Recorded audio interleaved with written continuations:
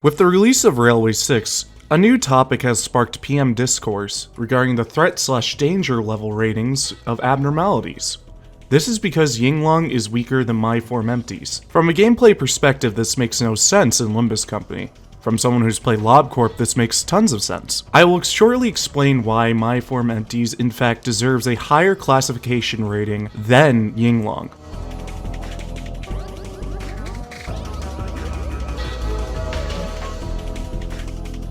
Due to the fundamental differences in LobCorp and Limbus Company's gameplay, the abnormality ranking system had to be changed. There's still the classifications of Zain, Teth, He, Vav, and Aleph. However, in this game, instead of enkephalin and producing energy being the focus for abnormalities is both studying them and receiving ego from them. So much so that continuously fighting abnormalities will receive you observation logs, which makes them actually easier to fight, giving you a 3% damage boost to said abnormality for every observation log, up to a 15% damage boost except in Refraction Railway, which I think is sick as shit, by the way. Translating the game mechanic of observation level into just straight up a damage boost for this type of game is just, it's sick.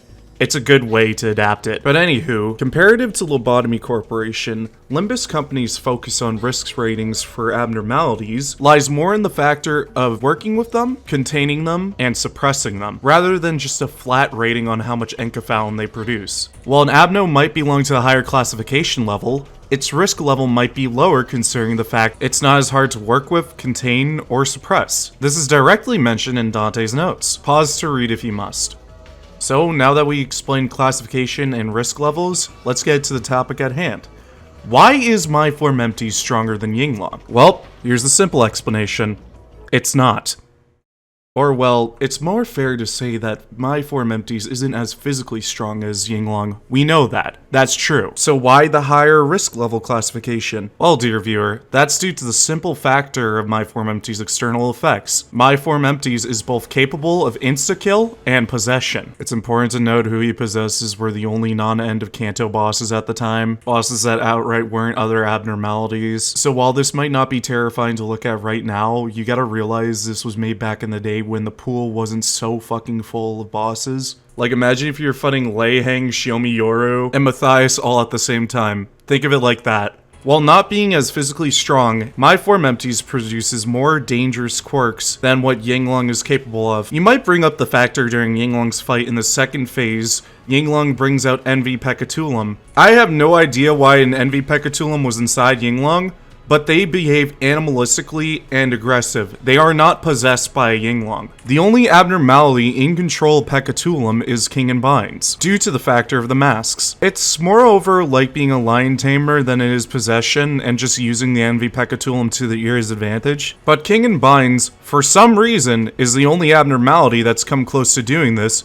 so much so to the fact that he gets a high classification level, almost as high as my form empties, being able to summon IDs on a whim and control them like puppets. The only way that my form empties presents more of a danger is the factor that my form empties can insta-kill. It's also another reason why Impending Day has such a high risk level. It's capable of summoning.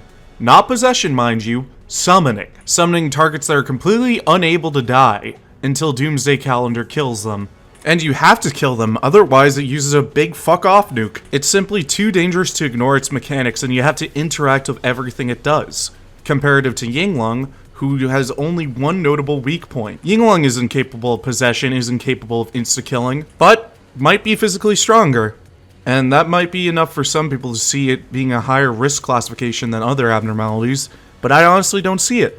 It doesn't pose as much as a danger as things that possess or summon other allies. It's just really strong. That's all there is to it. And that's why I think it's deserving of its risk classification.